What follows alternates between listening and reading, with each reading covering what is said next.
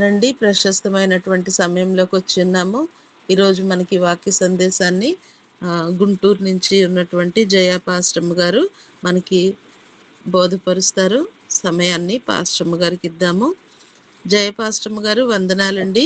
6:05 వరకు మీకు సమయం ఉంటుంది. వాక్య సందేశాన్ని అందజేయవలసిందిగా ప్రేమపూర్వక ఆహ్వానం.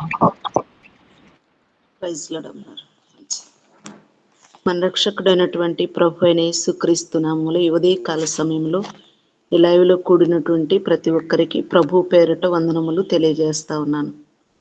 మంచిది అమ్మగారు, ప్రైజ్ లాడ్ అమ్మగారు, ప్రైజ్ లాడండి. మంచిది. ఈ సమయంలో మరి ప్రార్థన చేసుకుని వాక్యంలోకి వెళదాం. మహాపరిశుద్ధుడా, జీవము కలిగిన దేవ, జీవాధిపతి, కృపాసత్య సంపూర్ణుడా, మా సర్వకృపానిధి నీకు వందనాలయ్యా. ఈ ఉదయకాల సమయంలో ప్రభు మేమందరము నాయన కలిసి ఇప్పటి వరకు నాయన ప్రభు పాటల ద్వారా నీ నామాన్ని మహింపరిచారు. వాక్యం ద్వారా ప్రభు నీ బిడ్డలు నాయన ప్రభు తండ్రిని స్తుతించారు. నాయన నువ్వు మాట్లాడుతున్న ప్రతి మాటను బట్టి నీకు వందనాలు, స్తుతులు, స్తోత్రాలయ్యా. ప్రభు ఆయన ఈ ఉదయకాల సమయంలో ప్రభు నీ మాటలను పంచుకోబోచుండగా నీ సన్నిధిని మాతో ఉంచి నాయన ప్రభు నీ మీరేనైనా ప్రభా, నిత్యమునైన ప్రభా, నీ యొక్క నామమును మహింపరచుకునమని, నీ నామము ఘనపరచుకోమని, నీ నామమును స్తుతించమని, నీ నామమునికి ఘనత యుగయుగములు చెల్లుమని, మాకు కాదు యెహోవా, మాకు కాదు, నీ నామమునికే ఘనత అయ్యా. ఈ ఉదయకాల సమయంలో సమస్త విషయాలు ప్రభా నీ సన్నిధి తోడుగా ఉంచి నడిపించమని, మా ప్రియులు ఇంకా రావాల్సి ఉన్నది ప్రభా, వారందరిని కూడా ప్రభా ఈ ఉదయకాల సమయంలో నీ సన్నిధికి నడిపించమని, నీ నామానికే మహిమ ఘనత ప్రభావములు తెచ్చుకొనండి. అలాగే ప్రభా ధనంజయ గారికి ప్రభా మంచి ఆరోగ్యమును, శక్తిని, బలమునివ్వండి ప్రభా. ప్రియులు నాయన ప్రభా ఎంతో పరిచర్యను ఆయన భారభరితమైనటువంటి పనిని నాయన ప్రభా వారు చేస్తుండగా తండ్రి వారి జీవితంలో మీరు మేలు చేయండి ప్రభా, బాగు చేయండి నాయన. నీ బిడ్డకు మంచి శక్తిని, బలమును నాయన దయచేసి మా మధ్యకు నడిపించి నాయన ప్రభా చక్కటి నాయన ప్రభా తండ్రి నాయన ప్రభా వాతావరణంలో నీ బిడ్డను నాయన ప్రవేశపెట్టి నాయన ప్రభా నేను స్తుతించలాగున ప్రభా నీ బిడ్డ జీవితంలో కార్యము చేసి నూతన కార్యమును నేను ప్రభు మీరు చేసి ఘనపరచుకున్నామని యేసుక్రీస్తు నామములో అడిగి వేడుకుని ప్రార్థిస్తున్నాం తండ్రి. Amen, amen. మంచిది. ఉదయకాల సమయంలో సమయం ఇచ్చినటువంటి దైవదాసులకు నా హృదయపూర్వకమైనటువంటి వందనములు తెలియజేస్తా ఉన్నాను. రండి ఈ దినము వాక్యంలోనికి వెళ్దాము. లూకా గారు రాసినటువంటి సువార్త 23వ అధ్యాయము 44వ వచనాన్ని ఒకసారి చదువుకుందాం. అప్పుడు రమ్మారమి మధ్యాహ్నమాయెను. అది మొదలుకొని 3 గంటల వరకు ఆ దేశమంతటా చీకటి క్రమను. సూర్యుడు అదృష్టుడాయెను. గర్భాలయపు తెర నడిమికి చినిగెను. హల్లెలూయా. ప్రభు అయినటువంటి యేసుక్రీస్తు వారు శిలువ మరణము పొందుతున్నప్పుడు ఆయన మన జీవితంలో చేయవలసినటువంటి ఆ యొక్క కార్యమును ఆయన సఫలపరుస్తున్నప్పుడు మనకున్నటువంటి అడ్డు తెరను ఆయన తొలగించేటువంటి సమయంలో ఈ యొక్క మాటలు మనం జ్ఞాపకం చేసుకుంటా ఉన్నాం. యేసుక్రీస్తు గురించి ప్రవచనము నెరవేర్చబడింది. దాదాపు 300 ప్రవచనంలో 46 ప్లస్ 50 వరకు నెరవేర్పు జరగబడింది. ఆయన గురువారం నుండి 6 గంటల నుండి, తర్వాత శుక్రవారం నుండి 6 గంటల నుండి, తర్వాత శనివారం 6 గంటల నుండి, తర్వాత ఆదివారము ఆయన పునరుద్ధానుడై ఆయన పరిశుద్ధమైనటువంటి ఆ యొక్క మహిమ శరీరమును ధరించినటువంటి వాడై, మృత్యుంజయును గెలిచినటువంటి వాడే, సజీవుడై లేచినటువంటి గొప్ప దేవుడై ఉన్నాడు. ఎందుకంటే మానవునికును దేవునికును మధ్య ఉన్నటువంటి ఆ తెరను ఆయన తీసివేసినటువంటి వాడు. కనుక మనము చూసినట్లయితే ఆయన సర్వ సృష్టి కూడా చీకటి సూర్యుడు తమలోనే తాను వెలుగును దాచుకున్నటువంటి వాడు. ఎందుకంటే దేవుని యొక్క మరణమును చూడలేనటువంటి వారుగా సర్వ సృష్టి కూడా దగదగ మండుతున్నటువంటి ఆ యొక్క వేడిమిలో సూర్యుడు సమస్తమును కూడా ఏమైపోయారంటే సమస్తమును కూడా దాచుకున్నటువంటి, కమ్మి వేసినటువంటి చీకటంతా కూడా క్రమ్మివేసేసింది. ఈ చూడండి 157 కోట్ల మంది ఇండియాలో ఉన్నటువంటి ఈ యొక్క ప్రజల జనాంగమనంతటిని కూడా ఆయన సిలువలో ఏం చేశాడంటే సమస్త మానవాళి యొక్క తెరను తెంపివేశాడు. ఎందుకంటే మనుషుడు పరిశుద్ధమైనటువంటి స్థలంలోనికి వెళ్ళాలి. పరిశుద్ధమైనటువంటి స్థలములోనికి వెళ్ళాలంటే మనుషునికి భయము. పరిశుద్ధ స్థలము నుండి అతి పరిశుద్ధ స్థలములోనికి వెళ్ళటానికి ప్రభు అయినటువంటి యేసుక్రీస్తు మనల్ని అర్హులుగా చేశాడు. ఆ పాత నిబంధన కాలములో మనం చూసుకున్నట్లయితే నిర్మాకాండము 26 అధ్యాయము 31 వచనంలో కనుక మనం చూసినట్లయితే మానవుడు చేసినటువంటి పాపమును బట్టి కానీ మానవుడు ఒక మందిరంలోనికి వెళ్ళటానికి అర్హుడు కాదు. మానవుడు దేవుని యొక్క సన్నిధిలోనికి వెళ్ళటానికి యోగ్యత లేనటువంటి వాడు, అర్హత లేనటువంటి వాడు. పరిశుద్ధ స్థలంలోనికి అతి పరిశుద్ధ స్థలంలోనికి కూడా అడుగు పెట్టడానికి యోగ్యుడు లేడు. ఎవరు పెట్టాలంటే పరిశుద్ధులు మాత్రమే అక్కడ అడుగు పెట్టాలి. ఆ యొక్క పరిశుద్ధమైనటువంటి స్థలంలోనికి వెళ్ళినప్పుడు కూడా యాజకుడు ఏదైనా పొరపాటు చేస్తే ఆ యాజకుడు కూడా అర్హత లేనటువంటి వ్యక్తిగా ఉండవలసినటువంటి పరిస్థితి ఏర్పడేది. అదంతా కూడా మనం చూసుకున్నట్లయితే యాజకుడు ఒకవేళ అక్కడ అడుగు పెట్టినట్లయితే ఆ నడుముకు కట్టుబడినటువంటి త్రాడును పట్టుకుని లాగేసేటువంటి వారు. ఎందుకంటే అర్హత లేనటువంటి యోగ్యత లేనటువంటి మనిషి అతి పరిశుద్ధమైనటువంటి స్థలంలోనికి వెళ్ళినప్పుడు ఆ యొక్క అగ్ని చేత ఏమైపోయారు అంటే కాల్చబడేటువంటి వారు. లేకపోతే ఆ యొక్క పరిశుద్ధమైనటువంటి స్థలములోనికి అడుగు పెట్టినప్పుడు అతనిలో ఉన్నటువంటి సమస్తమును కూడా పాపభరితమైనటువంటి స్థితి గనక ఉంటే అతనికి అర్హుడుగా లేనటువంటి పరిస్థితి కనిపిస్తూ ఉంటుంది. అయితే పరిశుద్ధమైనటువంటి యేసుక్రీస్తు వారు ఏం చేశారంటే మనల్ని ఆయన అర్హులుగా చేశాడు. ఎందును బట్టి అంటే ఆయన మనకున్నటువంటి అడ్డుతెరను తొలగించి వేసేసాడు. ఆయన అడ్డుతెరని తొలగించి వేసి ఏం చేశాడంటే మనల్ని మరణ భయము నుంచి విడిపించాడు. చూడండి, ఆయన మరణ భయము నుంచి మనల్ని విడిపించి ఆయన ఏం చేశాడంటే ఆ యొక్క మరణాన్ని మృంగివేశాడు. ఆ గొల్గొతా కొండ మీద మనము చూస్తున్నట్లయితే ఆయన ఆ మరణమును జయించటానికి ఎంత గొప్ప శక్తిని ఆయన పొందుకున్నాడంటే పాత నిబంధనము మనకి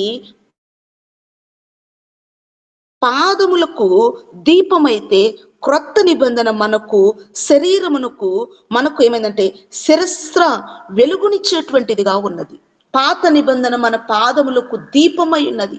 ఆ దీపమును ఏం చేశాడంటే ఇప్పుడు మనం చూసినట్లయితే మన శిరస్సు అంతా కూడా సమస్తమును కూడా వెలుగుమై చేయటానికి దేవుడు ఒక ప్రాంతమునకు చెందినటువంటి వాడు కాదండి, లేకపోతే ఒక జాతికి చెందినటువంటి వాడు కాదండి. యేసుక్రీస్తు ఆయన ఈ సమస్త మానవాళిని రక్షించటానికి, విమోచించటానికి, అర్హులుగా చేయటానికి, విడుదల ఇచ్చటానికి ఆయన బలమును కానీ జ్ఞానమును కానీ ఎక్కడ కూడా చూపించలేదండి. ఎందుకంటే మానవుడు ఆయన మానవుడికి దేవునికి ఉన్నటువంటి ఆ అడ్డు తెరను, ఆ అడ్డుగోడను, ఆ అడ్డు ఉన్నటువంటి సమస్త పాపమును ఆయన తెర చించి వేసేసాడు. కనుక మనము ఆయనకు ఎంతైనా కూడా కృతజ్ఞతులమై ఉండాలి. ఆయనకు మనము కృతజ్ఞతులమై ఉండాలి. ఎందుకంటే మనము ప్రాంగణము వెలుపట ఉండవలసినటువంటి వారు, పరిశుద్ధమైనటువంటి స్థలమునకు వెళ్ళలేనటువంటి వారు, మనము అతి పరిశుద్ధమైన స్థలములోనికి అడుగు పెట్టలేనటువంటి వారు. ఎందుకంటే మానవ పాపము నిమిత్తము సర్వ సృష్టి కూడా పని చేయటం లేదండి. సర్వము సృష్టి దేవుడు మానవుని పాపమును బట్టి ఏం చేస్తుందంటే దేవునికి లెక్క అప్పచెప్తా ఉంటుంది. ఈ యొక్క సమస్తమును కూడా ఆయన ఏం చేశాడంటే మానవునకు దేవునికి ఉన్నటువంటి అడ్డుతెరను తొలగించి ఆయన రక్తము చేత మనల్ని అర్హులుగా చేశాడు. అర్హులుగా చేసినటువంటి గొప్ప దేవుడై ఉన్నాడు. ఎందును బట్టి అంటే ఆయన రక్తమును బట్టి. ఆయన యొక్క రక్తము మనల్ని విమోచించింది. ఆయన రక్తము మనల్ని పరిశుద్ధులుగా చేసింది. ప్రాంగణము వెలుపట ఉన్నటువంటి మనల్ని పరిశుద్ధులుగా చేసింది. పరిశుద్ధులుగా చేసి ఈ నిత్యమైనటువంటి పరిచర్యను మనకు అప్పచెప్పింది. ఎందుకంటే అనాది కాలము నుండి నీకు నాకు ఉన్నటువంటి ఆ అడ్డు గోడను, తెరను తెంచివేసేసాడు. ఆయన తెంచివేసి మనల్ని అర్హులుగా చేసి పరిశుద్ధమైనటువంటి పరిశుద్ధమైనటువంటి ఆ యొక్క పనిని చేయటానికి అర్హులుగా చేశాడు. ఎందుకంటే ఆయనను మరణమును మింగివేశాడు కనుక, ఆయన మరణమును మృంగివేసి మనకు జయమునిచ్చాడు కనుక, మరణము పొందవలసినటువంటి మనము మరణ భయము చేత బిక్కుబిక్కుమంటున్నటువంటి మనల్ని ఆయన సిలువ మ్రాను మీద, గొల్గొతా కొండ మీద ఆయన సమస్తమును భరించి వేశాడు కనుక.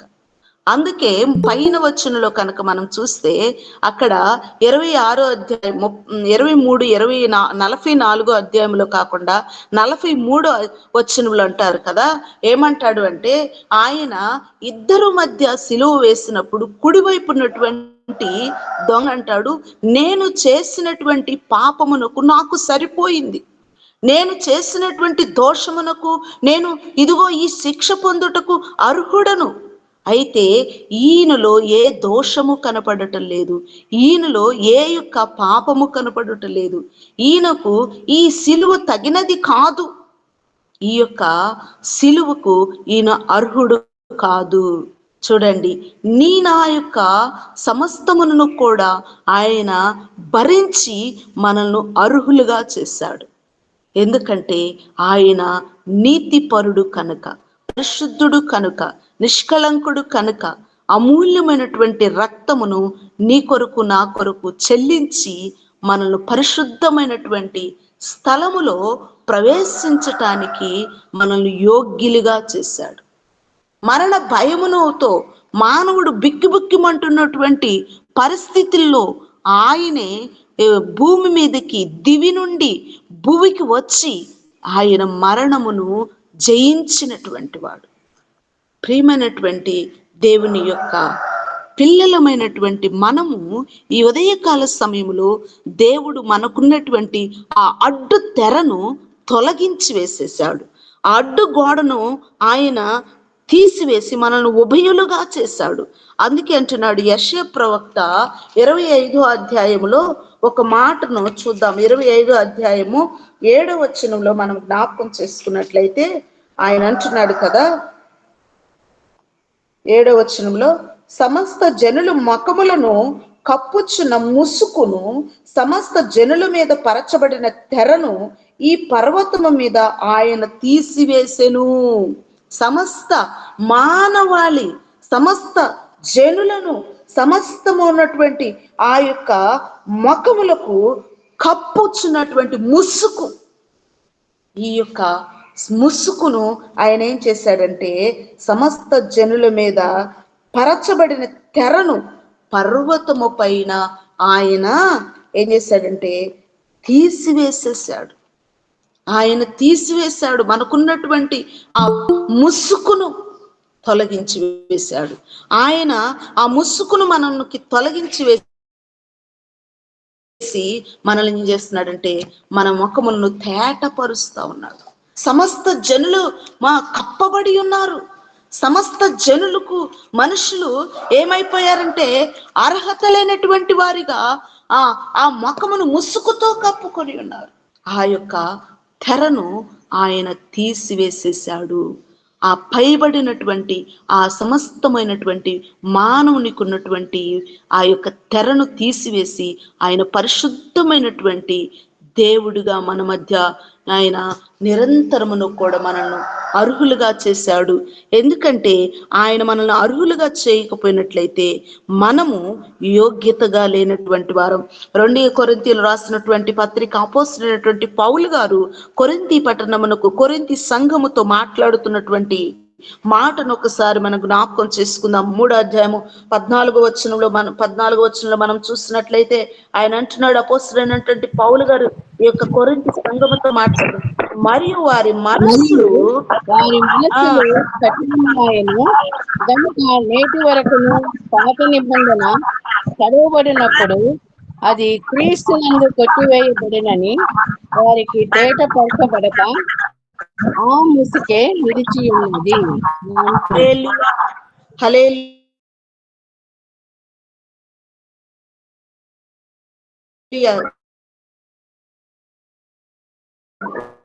వాక్యము చదివిన మనం చూసినట్లయితే ఉన్నటువంటి పౌలు గారు కొరింథీ యొక్క సంఘముతో మాట్లాడుతున్నటువంటి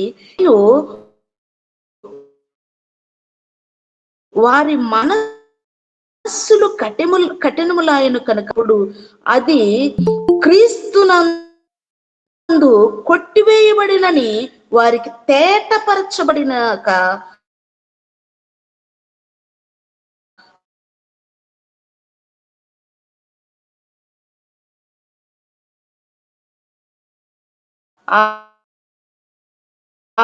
మూసేటువంటి మనస్సులు, కఠినత్వంతో నింపబడినటువంటి హృదయములను దేవుడు ఆ యొక్క క్రీస్తునందు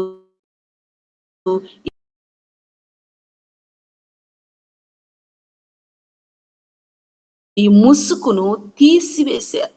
అది ఆయన కొట్టివేయకు ఆయన రాలేదు, కానీ అది క్రీస్తునందు కొట్టివేయబడినని వారికి తేటపరచబడను. పాత నిబంధన కాలములో మానవుడు ఏ పాపము చేసినా కానీ ఒక గొర్రె పిల్లనో గువ్వనో లేకపోతే తీసుకొచ్చి ఆ పొట్టేళ్లను పాప పరిహారార్థముగా చెల్లించవలసినటువంటి వారు, వారి హృదయములను కఠినపరుచుకున్నటువంటి వారు. వాళ్ళు దేవుడు వారి జీవితంలో చేసినటువంటి మేలులను మరచిపోయినటువంటి వారు.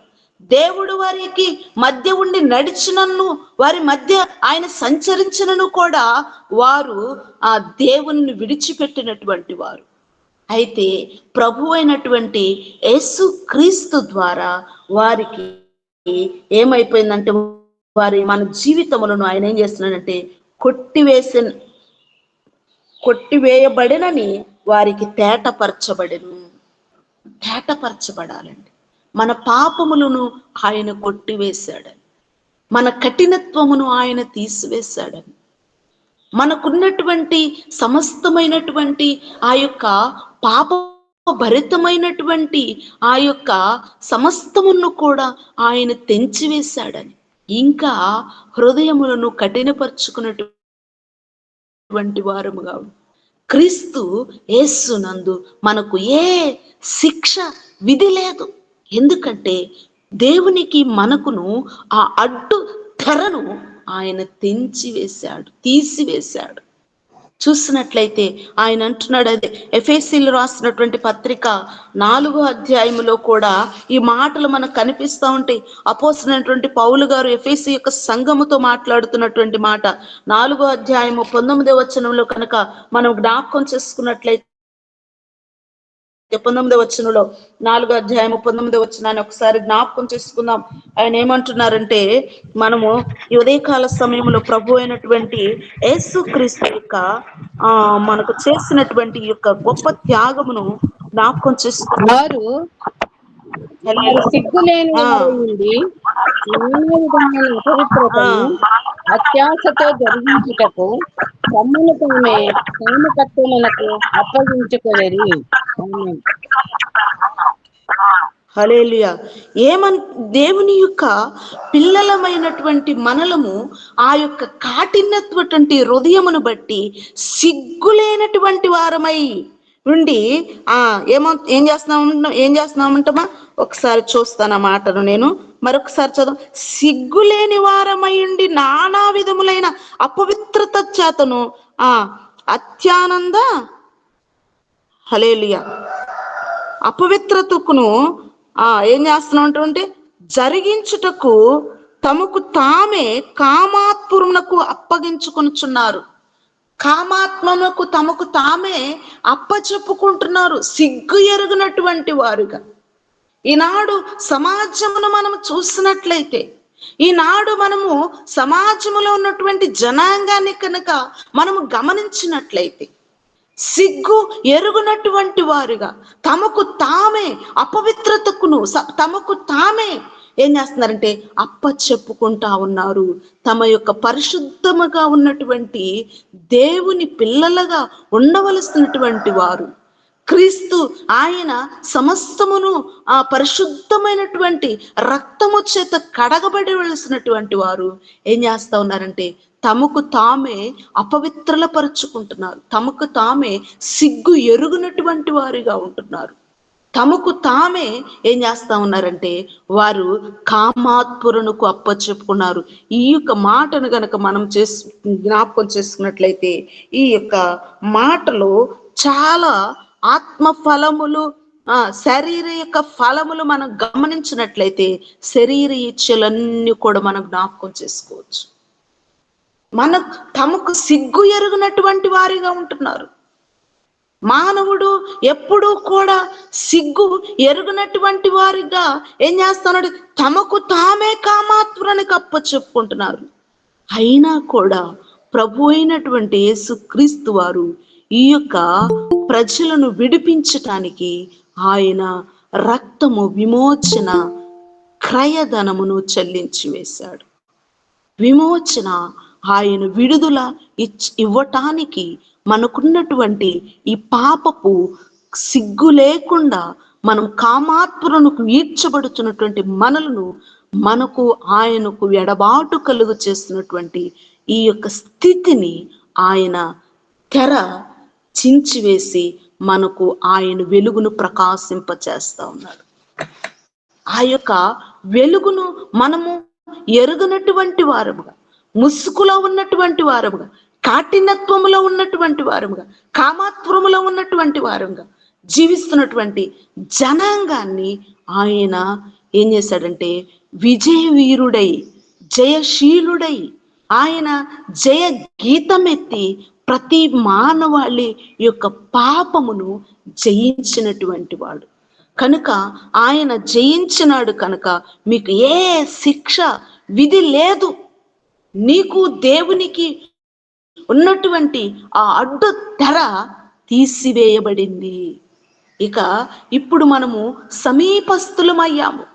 మనము సమీపస్థులుగా చేయటానికి ఆయన బలి అయినటువంటి వాడు. హెబ్రీలు రాసినటువంటి పత్రిక 9వ అధ్యాయము 8వ వచనంలో కనుక మనం జ్ఞాపకం చేసుకున్నట్లయితే అపోస్తలుడైనటువంటి పౌలు గారు హెబ్రీలు రాసినటువంటి సంఘముతో ఈ యొక్క పత్రిక రాస్తూ మాట్లాడుతున్నటువంటి మాటలు మనం జ్ఞాపకం చేసుకుందాము.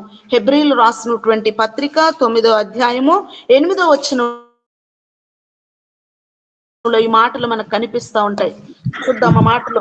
ఎందుకంటే దేవుని వాక్యము చాలా విలువైనది.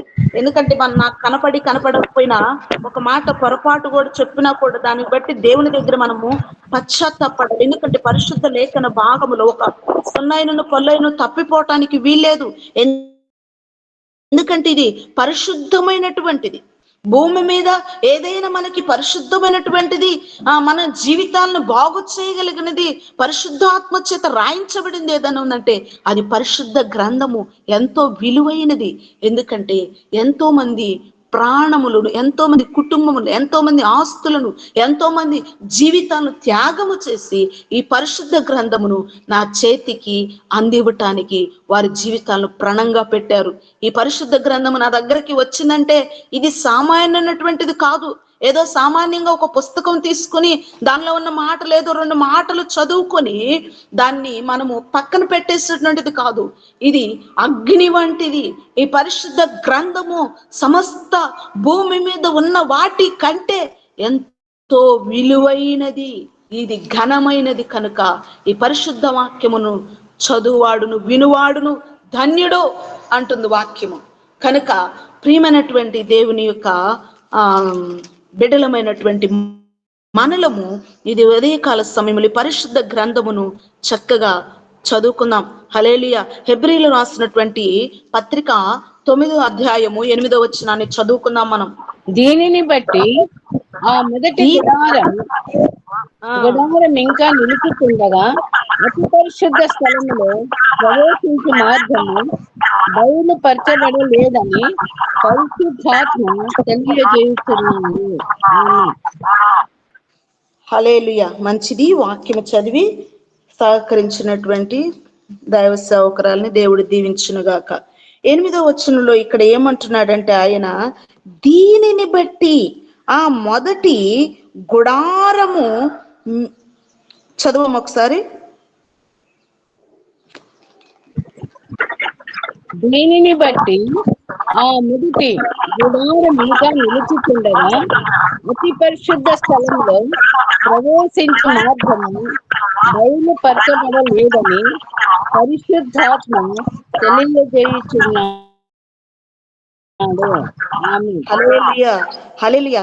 దేనిని బట్టి అంటే మనము ఇక్కడ మొదటి గుడారమై ఉండగా ఆయన ఏం చేస్తున్నట్టు అతి పరిశుద్ధ స్థలంలో ప్రవేశించు మార్గమును మనకు ఆయన ప్రవేశించటానికి అర్హులుగా చేశాడు.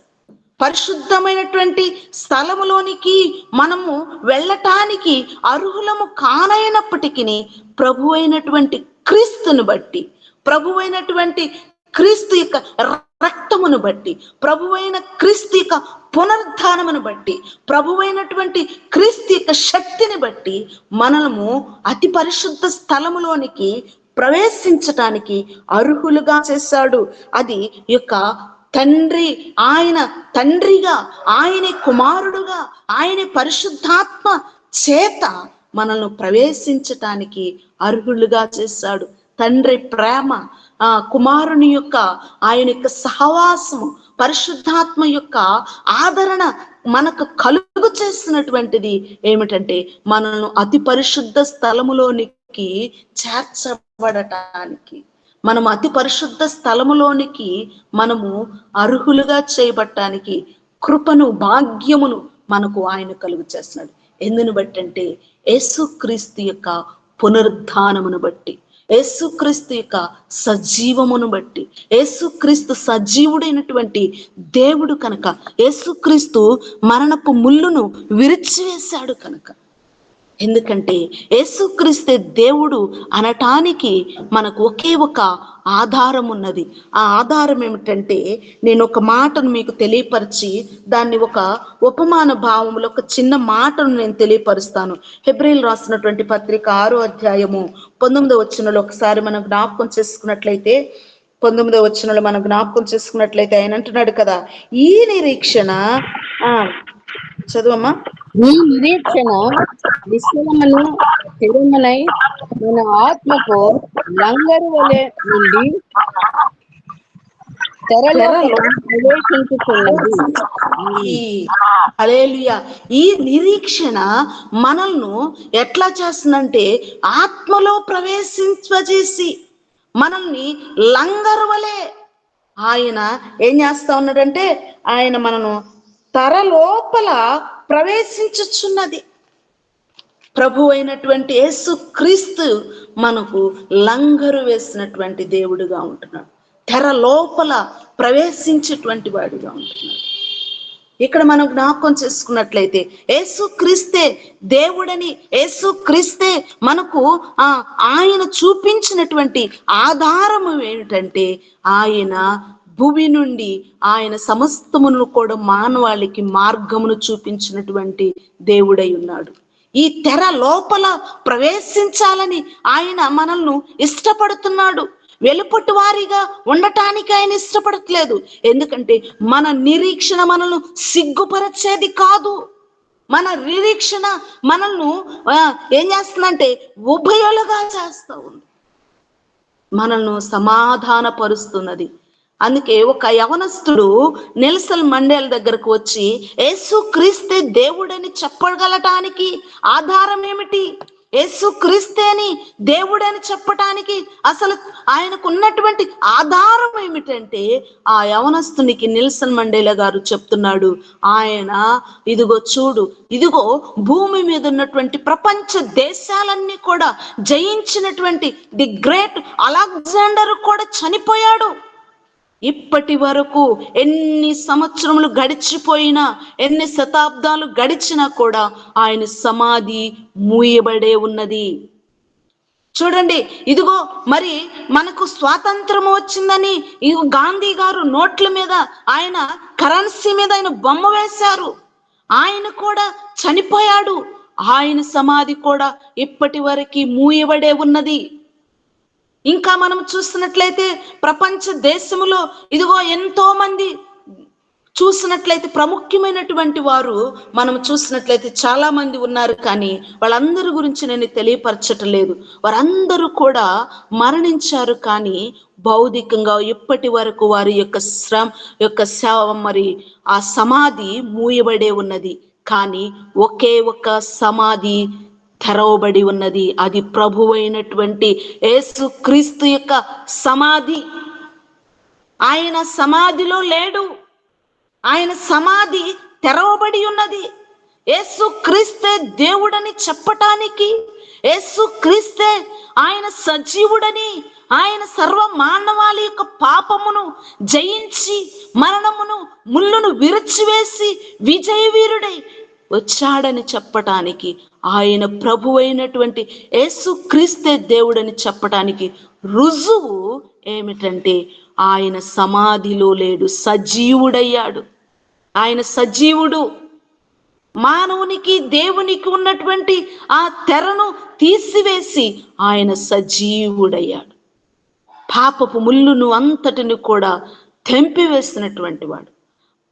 సమస్తముని యొక్క మరణ భయము చేత మానవుడు ఏడ్వబడుతున్నటువంటి ఆ యొక్క మరణపు ముళ్ళును విరిచి మరణానికి ఆయన ఆ భయమును వణుకును పుట్టించినటువంటి వాడు.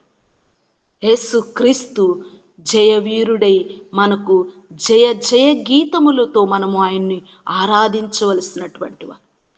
హోసన్న హోసన్న అనంటూ ఆయన మన ముందు ఉంటే ఆయన వెనుక ఆయన స్తుతించుకుంటూ కృతజ్ఞతలు చెల్లించుకుంటూ మనము భూమి మీద మనము జీవించవలసినటువంటి వారు. ఎందుకంటే నీకు నాకున్నటువంటి ప్రతి విధమైనటువంటి పాపపు తెరను ఆయన తీసివేశాడు. వెలుపట ఉండవలసినటువంటి మనల్ని ఆయన లోపట ప్రవేశించటానికి అర్హులుగా చేశాడు. అనర్హులైనటువంటి మనల్ని ఆయన యోగ్యులుగా చేశాడు. మనకు పాపపు ముసుగును తీసివేసేశాడు. పాపపు ఆ యొక్క మనకున్నటువంటి ఆ అడ్డు గోడను తీసివేసి ఉభయులుగా చేశాడు. ప్రభు అయినటువంటి క్రీస్తు మన జీవితంలో ఆయన ఎంతైనా సరే స్తుతులకు అర్హుడు. ఆయన గనుడకు చాలినటువంటి వాడు. ఆయన మహోన్నతమైనటువంటి దేవుణ్ణి నిరంతరమును కూడా మనము స్తోత్రార్పణ చేయవలసినటువంటి వారమై ఉన్నాము. హెబ్రీలు రాసినటువంటి పత్రిక 10వ అధ్యాయం 19వ వచనంలో కూడా ఒక మాటను మనం జ్ఞాపకం చేసుకుని ముగించుకుందాం. మనము త్వరితముగా మనకు ఇవ్వబడినటువంటి ఈ సమయాన్ని మనము సద్వినియోగం చేసుకుందాం. ప్రైజ్ లార్డ్, హల్లెలూయా. 10వ అధ్యాయం 19వ వచనంలో ఒకసారి చూద్దాం. ఈ మాటలు మనం జ్ఞాపకం చేసుకుందాం. అపోస్తున్నటువంటి పౌలు గారు హెబ్రీలు రాస్తున్నటువంటి పత్రిక ఇక్కడ మనకు రాస్తూ ఏమంటున్నారంటే 10వ అధ్యాయం 19వ వచనంలో ఒకసారి చూద్దాము. సహోదరులారా, యేసు మన కొరకు ప్రతిష్ఠించిన మార్గమును అనగా నూతనమైనది జీవము గలది ఆయన శరీరము అని తెర ద్వారా ఏర్పరచబడిన దీవునైన మార్గమున ఆయన రక్తము వలన పరిశుద్ధ స్థలమునందు ప్రవేశించుటకు మనకు ధైర్యము కలిగినది. గనుకను దేవుని ఇంటి పైన మనకు గొప్ప యాజకుడు ఉన్నాడు. గనుకను మనస్సాక్షికి కల్మషము తోచకుండానట్లు ప్రోక్షింపబడిన హృదయములు గలవారము, నిర్మలమైన ఉదకముతో స్నానం చేసిన శరీరంలో గలవారమునయుండి విశ్వాస విషయంలో సంపూర్ణ నిశ్చయత కలిగి యథార్థమైన హృదయముతో మనము దేవుని సన్నిధానమునకు చేరుదాము. ఆమేన్. హల్లెలూయా. మంచిది అమ్మ. చక్కనగా వాక్యం చదివి సహకరించినటువంటి దైవ సేవకులను దేవుడు దీవించును గాక. సహోదరులారా, యేసు మన కొరకు ప్రతిష్ఠించిన మార్గమును అనగా నూతనమైనదియు జీవము గలనదియు ఆయన శరీరమును తెర ద్వారా ఏర్పరచబడి ఉన్న మార్గమును ఆయన రక్తము వలన పరిశుద్ధ స్థలమునందు ప్రవేశించుటకు మనకు ధైర్యము కలిగి ఉన్నాము కనుక దేవుని ఇంటి పైన మనకు గొప్ప యాజకుడు ఉన్నాడు. నూతనమైనదియు జీవమునైనదియు ఆయన మనకు ప్రతి దినము కూడా, ప్రతి క్షణము కూడా మనకు నూతనమైనటువంటి మనల్ని బలముతో ఆయన నింపుతా ఉన్నాడు. ఆయన యొక్క జీవమును మనకిచ్చాడు. సహోదరులారా, ఇక్కడ అపోస్తలుడైనటువంటి పౌలు గారు అక్కడ సంఘముతో మాట్లాడుతూ అంటున్నారు, సహోదరులారా, ఇది క్రీస్తు యేసు రక్తము చేత మనము అతి పరిశుద్ధ స్థలములోనికి వెళ్ళటానికి అర్హులుగా చేయబడ్డాము. ఎందును బట్టి అంటే ఆయన రక్తమును బట్టి, ఆయన యొక్క చేసినటువంటి ఆ విమోచనను బట్టి, ఆయన మనకిచ్చినటువంటి ఈ గొప్ప రక్షణను బట్టి మనము నిత్యమును కూడా నిరీక్షణ కలిగి ఉన్నటువంటి వారముగా ఉండాలి. నిరీక్షణ కలిగినటువంటి వారముగా ఉండాలి. ఎందుకంటే ఆయన మనకు చేసినటువంటి ఈ యొక్క దేనిని బట్టి అంటే ధైర్యమును కలిగి ఉండాలి. మనం ఆయన మనకిచ్చినటువంటి ఈ మార్గము ఎంతో గొప్పది. ఆయన మార్గమును మనకు సిద్ధపరిచి ఉంచాడు. ఆయన మన పట్ల చూపించినటువంటి కృప ఎంత కృప అంటే అది ఎంత వివరించినా కూడా తరగనటువంటిది. ఆయన సుపరిచితును మనం ఎంత పరిచర్యము చేసినా కూడా ఆయనకు మనము వెల చెల్లించలేనటువంటిది. ఆయన పరిశుద్ధమైనటువంటి రక్తము మనను అతి పరిశుద్ధ అతి పరిశుద్ధ స్థలములోనికి ప్రవేశించటానికి యోగ్యులుగా చేసింది. ఆ తెరను తీసివేశాడు, ముసుగును తీసివేశాడు. ఈ యొక్క పాప ముసుగులో ఉన్నటువంటి మన జీవితాలకు ఆయన వెలుగునివ్వటానికి ఆయన వెలుగై ఉన్నాడు. కనుక ఆ యొక్క విమోచన క్రయధనమును ఆయన చెల్లించాడు మన నిమిత్తం. అమ్మా, కనుక ఇంకా మనము సహోదరులారా, మనము నిత్యమును కూడా నూతనమైనటువంటి ఆ జీవమైనటువంటి ఆ యొక్క మార్గములోనికి మనము ప్రవేశించేటువంటి వారముగా ఉండాలి. అతి పరిశుద్ధమైన స్థలములోనికి మనము నివాసం ఉండేటువంటి వారముగా, మనము నిరీక్షణ కలిగినటువంటి వారముగా ఉండాలి. అందుకే అంటాడు హెబ్రీయులకు రాసినటువంటి పత్రిక 11వ అధ్యాయం, ఆ వాగ్దాన భూమిని వారు చూడకపోయినను చూచినట్లును వారు అనుభవించి విశ్వాసము కలిగిన వారే వాగ్దాత భూమికి వారు చేరారు. కనుక విశ్వాసము కలిగినటువంటి వారముగా, నిరీక్షణ కలిగినటువంటి వారముగా, ధైర్యము కలిగినటువంటి వారముగా, పునరుద్ధానము యొక్క శక్తిని మనం పొందుకున్నటువంటి వారముగా, పునరుద్ధానము బలమును మనము నిత్యము అనుభవించేటువంటి వారముగా, నూతనమైనటువంటి ఈ జీవమును మనము కలిగి ఉన్నటువంటి వారముగా, ఆయన యొక్క మరణము ద్వారా, ఆయన యొక్క మనకు ఇచ్చినటువంటి ఆ జయము ద్వారా జయగీతములు మనము పాడుతూ ధైర్యముతో నిత్యమైనటువంటి ఆ కృప, నిత్యమైనటువంటి ఆదరణ, నిత్యమైనటువంటి ఆ రక్షణ, నిత్యమైనటువంటి ఆ యొక్క జీవమును మనం పొందుకోవటానికి కృప మనల్ని ఆవరించింది. కృప మనల్ని ఏం చేసిందంటే మనల్ని పరిశుద్ధులుగా చేసింది. కృప మనల్ని యోగ్యులుగా చేసింది. కృప మనల్ని ఆయన యొక్క దయచేత మనల్ని నిరంతరమును కూడా మనము ఆ స్థలంలో ప్రవేశించడానికి కృప మనల్ని ఆవరించింది. ఆ కృపే ప్రభు అయినటువంటి యేసుక్రీస్తు వారు. కృప అంటే ఎవరో కాదండి, కృప అంటే ప్రభు అయినటువంటి క్రీస్తే. ఆ క్రీస్తు మనల్ని సజీవులుగా చేయటానికి ఆయన మనల్ని సజీవుడయ్యాడు. మనము నిత్యమైనటువంటి ఆ యొక్క నరక యాతనలో ఉండవలసినటువంటి మనల్ని నిత్య జీవమునివ్వటానికి మన నిమిత్తము ఆయన మరణపు ముళ్ళును విరిచాడు. ఆయన చూడుము సమాధిలో లేడు, ఆయన సజీవుడైనటువంటి దేవుడు, ఆయన సజీవుడు. కనుక మనము సజీవమైనటువంటి దేవుని యొక్క పిల్లలముగా మనకి ఇవ్వబడినటువంటి ఈ యొక్క వాగ్దానాలను మన జీవితంలో నెరవేర్చుకుంటూ ఆయన మనకిచ్చినటువంటి తెరను తీసివేసి మనల్ని ఉభయులుగా చేశాడని మనము ఎరిగినటువంటి వారముగా ఈ ఉదయకాల సమయంలో ఆయన కృపాసమనమునకు వద్దాము.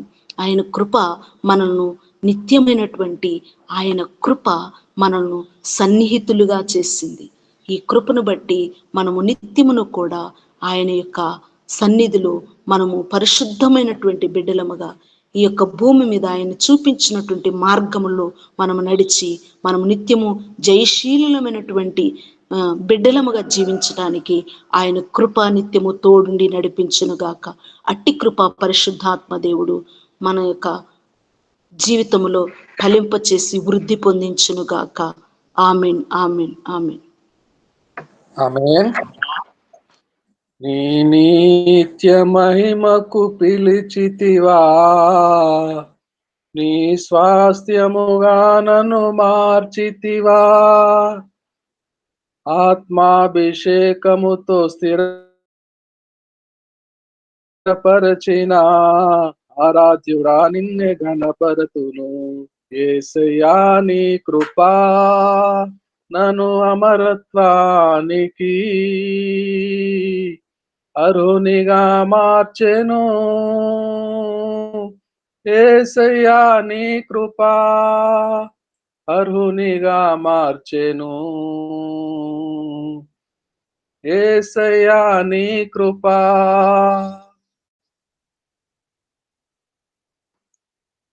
నిత్య మహిమ మనలను నిత్య మహిమకు పిలిచిన యేసయ్య కృప,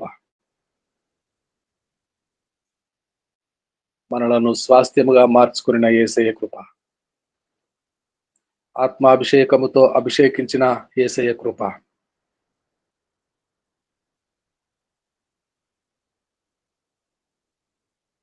మనలను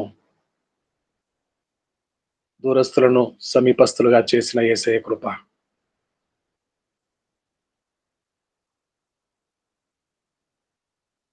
గొర్రెలు పోవు మార్గము నేనే,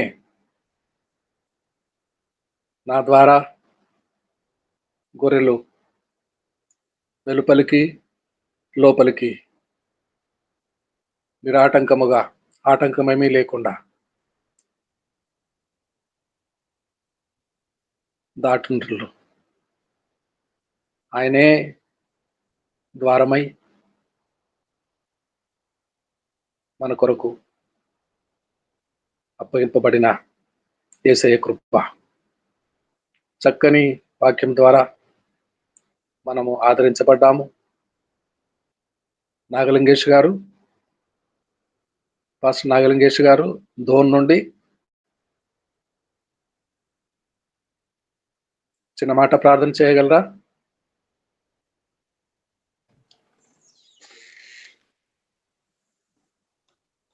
పరిశుద్ధుడా, ప్రేమైన దయగల తండ్రి, నాయన మీ నామనకు వందనాలు చెల్లిస్తున్నాను. యువతికాల సమయాన్ని ప్రార్థించడానికి మీరు మాకు ఇచ్చిన సమయాన్ని సహాయాన్ని బట్టి వందనాలు.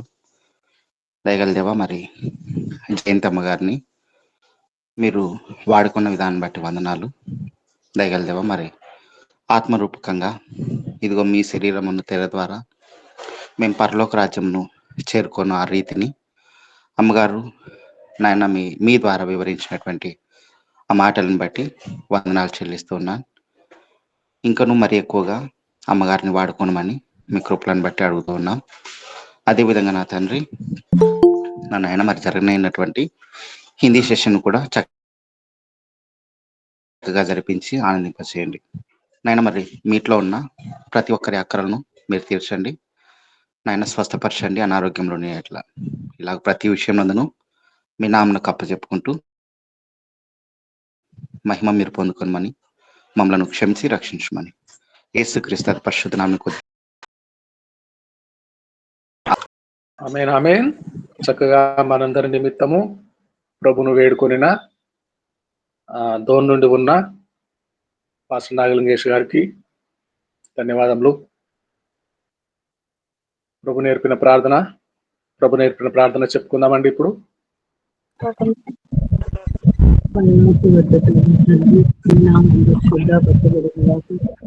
రాజ్యం వచ్చినగాక, పర్వతం నుండి నెరవేరినట్లు భూమి ఎందును నెరవేరినగాక.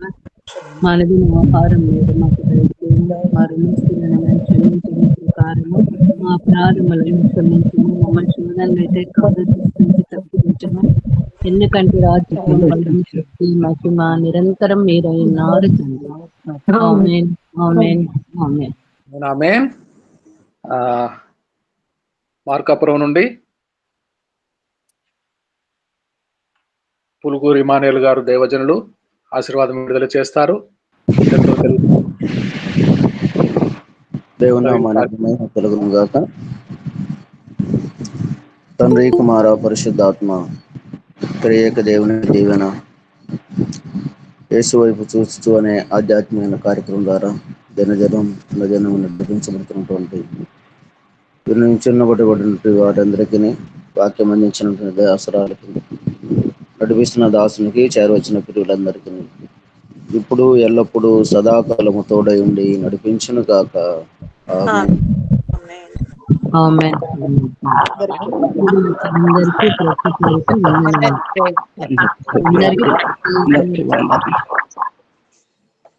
అందరికీ వందనాలండి. రండి తదుపరి హిందీ సభలోనికి వెళ్దాం.